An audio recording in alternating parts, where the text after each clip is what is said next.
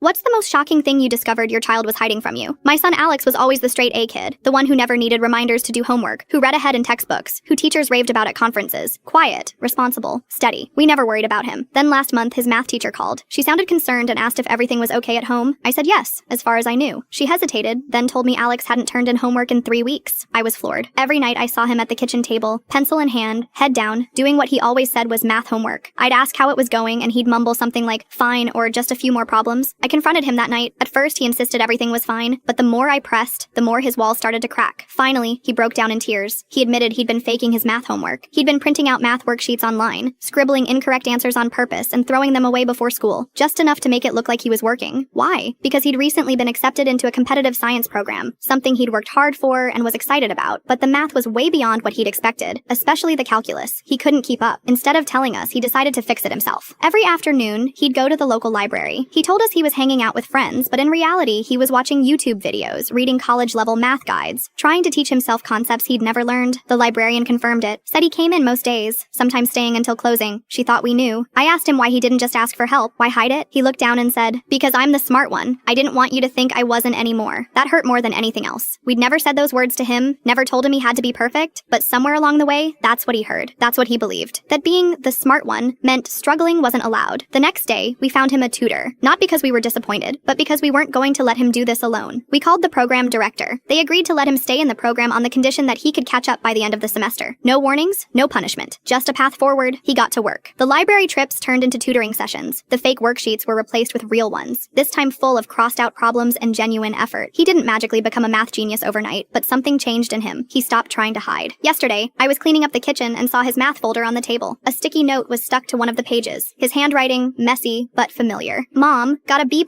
on today's quiz. Not perfect, but I actually understood it. Thanks for not being mad. I stood there holding that note for a long time. I hadn't realized how much pressure we'd put on him, not through our words, but through the silence that came with pride and expectations. We thought we were supporting him by staying out of the way. He thought he had to keep earning that pride by being flawless. But he's not flawless. He's brave. He's trying. And now he knows that's enough.